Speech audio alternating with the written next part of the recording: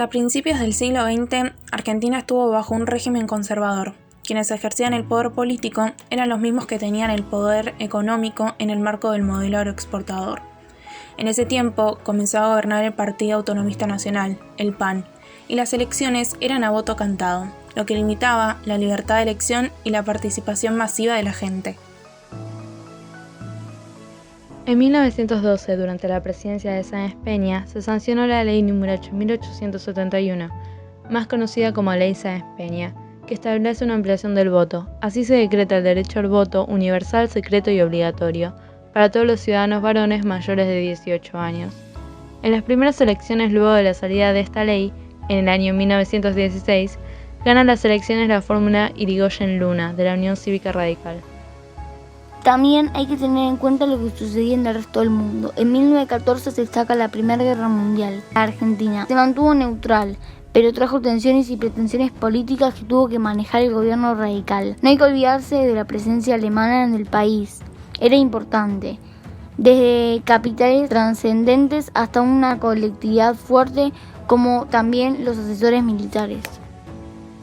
Irigoyen llegó al gobierno, pero no al poder. Luego de las elecciones, en el Congreso había 45 diputados radicales contra 70 diputados de la oposición.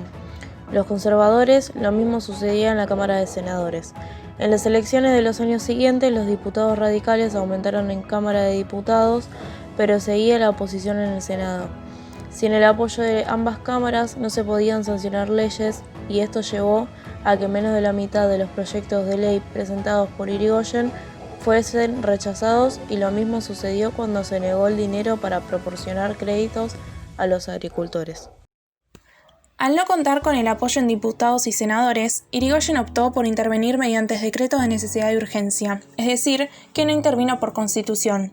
Esto lo realizaba durante la época del receso en el Congreso y fue muy criticado por los opositores. Uno de los objetivos de Irigoyen era transformar las estructuras sociales del país. Se sancionaron varias leyes, como lo fue la ley de alquileres, la ley de jubilación para algunos sectores, la ley de trabajo a domicilio, jornada legal de 8 horas, entre otras. Cambió el trato con los gremios, intentando el diálogo y el arbitraje. Algunos autores señalan que trató de evitar la violencia, y otros afirman que trató de dialogar para ganar los votos de los obreros. No hizo lo mismo con los gremios cuya mano de obra era mayoritariamente extranjera, o eran militantes socialistas o anarquistas.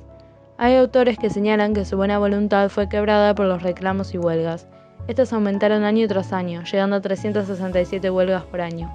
La solución que encontró el gobierno para frenar esta situación fue aplicar represión.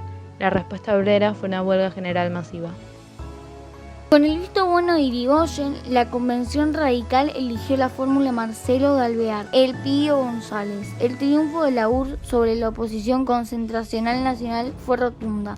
Como sabemos, Alvear tenía una personalidad muy diferente a Irigoyen. Algunos historiadores resaltan la continuidad entre la política de Alvear e Irigoyen con respecto al petróleo, a la creación de la fábrica militar de aviones y algunas leyendas laborales. Alvear, al asumir como presidente, desplazó a muchos cargos ocupados por irigoyenistas, y esto provocó una ruptura en el partido. Por un lado estaban los irigoyenistas, calificados como personalistas por los opositores, y por otro lado estaban los antipersonalistas, al que adhirieron conservadores y el sector elitista del Partido Radical. Los antipersonalistas se aliaron en el Congreso a los conservadores y a los socialistas, todos opuestos a Irigoyen. Esta alianza se denominó concordancias, pero los radicales la denominaron contubernio, que significa confabulación. En las nuevas elecciones, las fórmulas eran Leopoldo Melo y Vicente Gallo, apoyados por Alvear, e Irigoyen y Francisco Beiró. Cercano al 60% de los votos, gana Irigoyen, esta vez con el apoyo de la clase obrera. La UCR contaba con la mayoría de las bancas de diputados, pero era minoría en senadores. Al principio hubo una actitud de cooperación entre ambas cámaras, pero luego comenzaron a trabar la labor del Congreso, quedando sin sancionar leyes como la de defensa sanitaria, un convenio comercial con Inglaterra y el proyecto de nacionalización del petróleo. En 1929 se destacó la crisis de Wall Street, que afectó a todo el mundo con crisis, hambre, desocupación, etc. A raíz de esto, Irigoyen decidió cerrar la caja de conversión institucional donde se podían cambiar los pesos papel por pesos oro, es decir, cambiar billetes por metálico. con el fin de secar la evasión especulativa, pero fue acusado por sus compatriotas de no saber nada de economía. Este periodo hubo una disminución de salarios por una elevada desocupación a nivel nacional.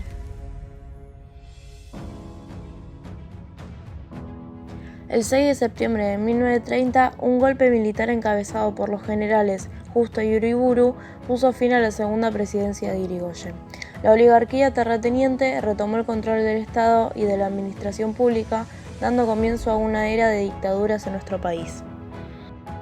A modo de cierre, repasaremos este periodo de nuestra historia.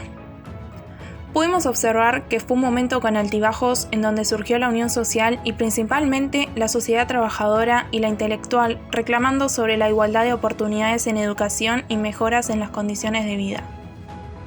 Pese a las dificultades que aparecieron en esta época, ya sean en relación a la política o economía o sobre las diferencias de opinión dentro de los partidos, estos fueron gobiernos democráticos que llegaron al poder gracias a la ampliación del voto. Aunque no surgió durante las presidencias radicales, en esta época el modelo económico que se utilizaba en la Argentina era un modelo agroexportador. Podemos decir que una de las consecuencias más importantes de dicho modelo fue el crecimiento masivo del agro, pero no su desarrollo y modernización. Los países de la periferia se concentraban en generar riqueza a partir de suministrarle al primer mundo los materiales necesarios para su desarrollo, a diferencia de los países industrializados, cuyas historias económicas apuntaban a la implantación del capitalismo industrial y al surgimiento de una sociedad tecnificada.